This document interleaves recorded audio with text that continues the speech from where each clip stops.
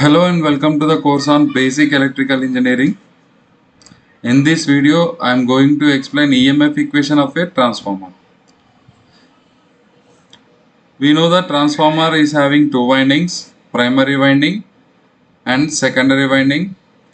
Primary winding is connected to supply and secondary winding is connected to a load.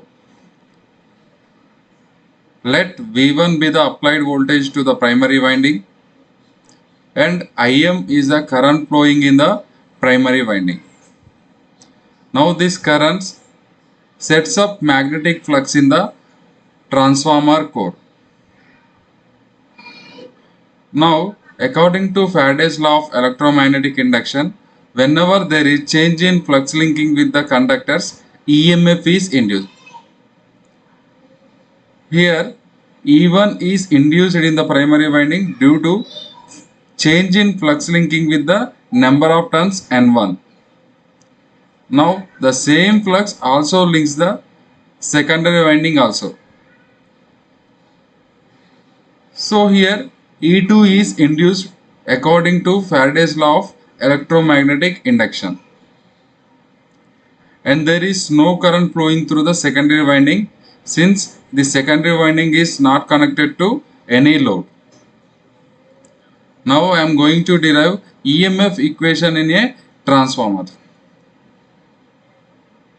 Let V1 is applied voltage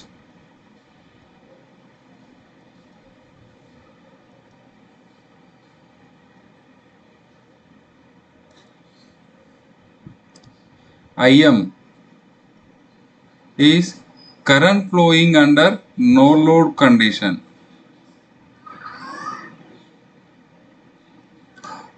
Current flowing under no load condition.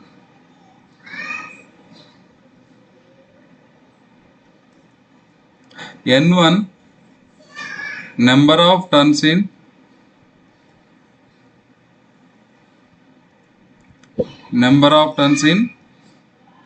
primary winding and N2 number of turns in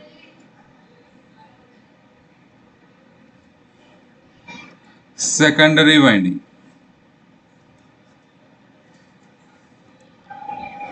Pi flux in the transformer core.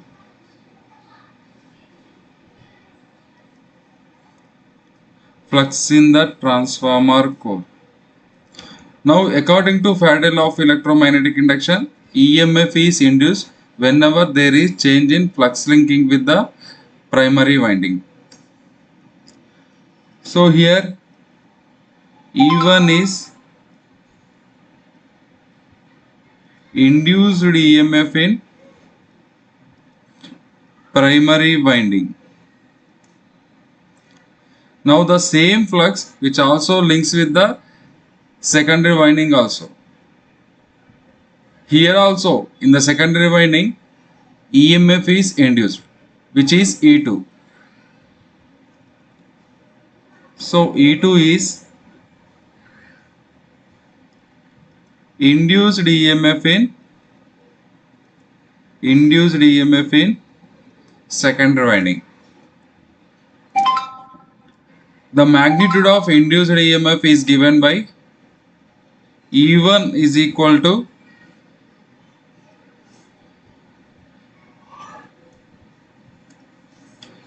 the magnitude of induced EMF is given by E1 is equal to minus N1 into d pi by dt, where pi is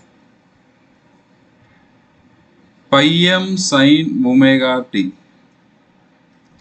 Here V1 is the sinusoidal voltage. So Im is also sine wave which produce sinusoidal flux, that is alternating flux in the transformer core. So pi is also sine wave. That's why pi is equal to pi m sin omega t.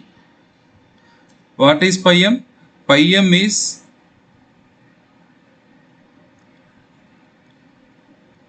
maximum value of flux pi m is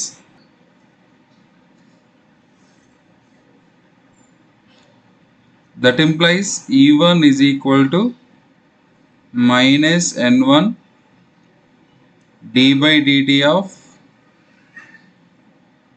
pi m sin omega t.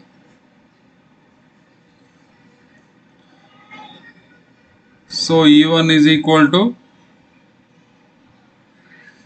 derivative of sin omega t is cos omega t. Since I am differentiating with respect to time, minus n1 into pi m is constant, pi m into omega into cos omega t. That implies E1 is equal to n1 pi m omega minus cos omega t can be written as sin omega t minus pi by 2. Sin omega t minus pi by 2. That implies E1 is equal to n1 pi m omega sin omega t minus pi by 2.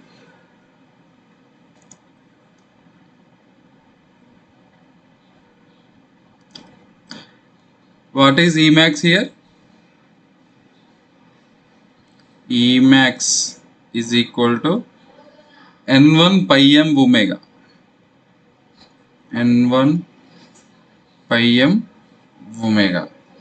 Now what is the relation between maximum value and RMS value? Em is equal to root 2 ERMS. That implies ERMS in primary winding is equal to Em by root 2. What is Em? N1 pi m omega. N1 pi m omega divided by root 2. So N1 pi m omega is 2 pi f divided by root 2. If we simplify this one, induced EMF in primary winding, that is RMS value, is equal to 4.44 pi max f into number of turns in primary winding.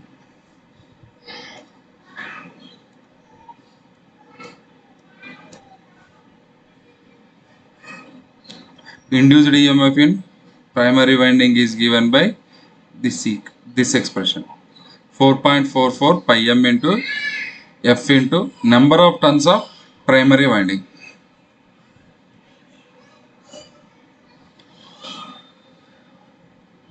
Similarly, induced EMF in the secondary winding is given by 4.44 pi m f into, so here number of turns are n2.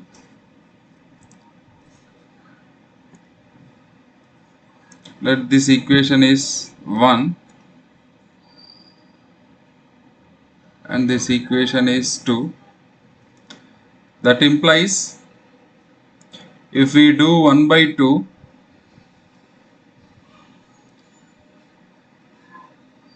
gives E1 by E2.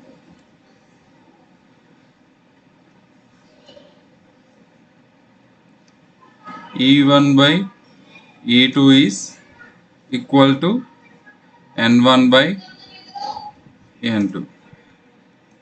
That implies E1 by N1 is equal to E2 by N2. That is